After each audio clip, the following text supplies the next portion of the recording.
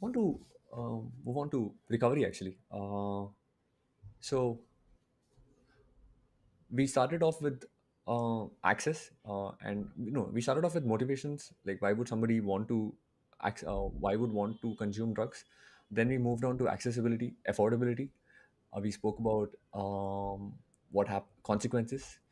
Um, we spoke about story arcs as well, bad endings, and now maybe at that point, like if somebody is really tired, or and I think at one point, I mean, I also feel like sometimes it's also not their choice, right? I mean, nothing is their choice in the sense that, like, if I can imagine a scenario where if I was a drug addict, let's say cocaine addict, then even if I didn't want to not be an addict, my family would probably force me to, I don't know, join a rehab. So, uh, yeah. Anyway, like broadly, how should we think about recovery? What happens in that recovery process? Do people recover? Yeah. Yeah, so I think recovery is challenging because of a couple of things. First of all, that a lot of times it's not mandated. I mean, it's forced on people based on their circumstances, either from their family pressure or maybe from the police. Right? If they get arrested, they can go to treatment or jail. And I'm not necessarily saying that that's bad. The problem with it is that it's probably not going to be successful. So so how do we change the scene here?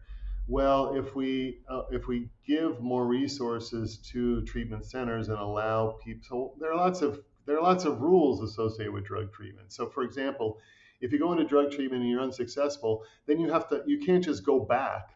You have to wait. There's a waiting period before you can go back.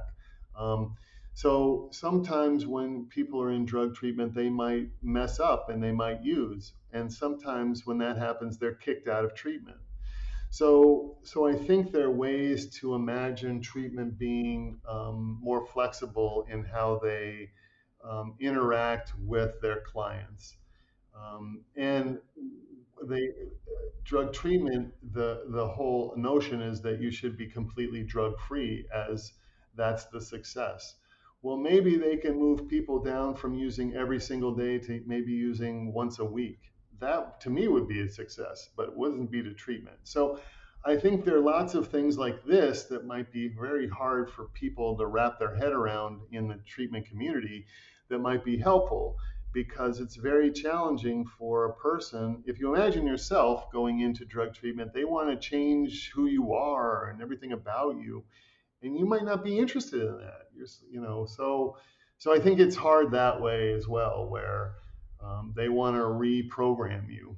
Um, and they tell you you're a bad person, and they reinforce some of this stuff too. So um, Right. I mean, in the sense that because there is some defect in you, you have ended up making this choice, and like they want to get to the root of that character issue. Is it, like, is that fair to say? right, right, Right. right. And sometimes sometimes there is a problem. I'm not saying that there isn't. That isn't, but some other times, a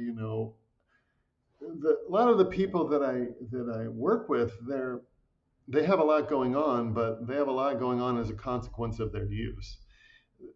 It's not necessarily like they're really bad people in the first place, right? So I think treatment sort of emphasizes all these things you're doing as a bad drug user. Um, and so that's hard for a lot of people to hear, when they might not imagine themselves as a bad person, because in fact they aren't.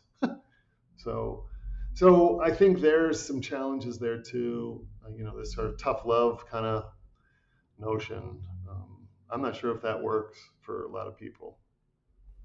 That character defect, like that speech, seems more for me. I feel like the most, like the analogy I can think of is like religious conversions, which happen maybe, like like how people might say, th- like you have some issue with you, and we have found the right God, and you should come with us, and it Yeah, feels like that for me. But yeah, yeah. Well, I mean, a lot of them do have religious undertones, right? From Alcoholics Anonymous, now, searching for a higher power to sort of get through this. And I mean, I'm not. I'm some people, that's great for them. I don't want to. dissuade people from going to treatment and finding a higher power to get past some of these. That's fine, but other people. I was actually, it was interesting. I was talking to someone, this was years ago, but he was like, well, I'm Muslim.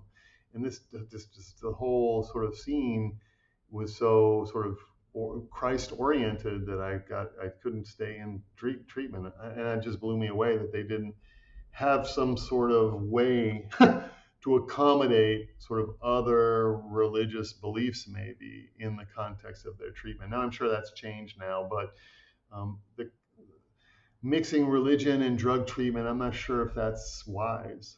So, Oh, really? and Because like intuitively, like I would think that like how I'm thinking about like the notion of surrendering, right? I feel like they just surrender to that, to whatever God that they believe in, and then like at least I've heard that talk a lot. Not I think generally as well. I think that's why religion sells pretty well, in the sense that no matter what problem you have, if you surrender to the your God, right, it ends up working for you. And right. some people really do buy into that. And I have sometimes I have genuinely seen a lot of like good change because of that, whether so yeah, Yeah, I don't so know. I'm not disagreeing with you, but I'm just saying that, let's say that you don't believe in God, right? So it makes it hard for that to happen. So, and maybe you're a drug addict and you've been a drug addict for 30 years. And so the whole concept of God might be a little bit foreign to you. And so I think that might be a hard sell. I mean, you can still, think of other ways to maybe get your therapeutic message across other than surrender to a higher power. So I think it's just trying to fit those paradigms into the lives of people is challenging.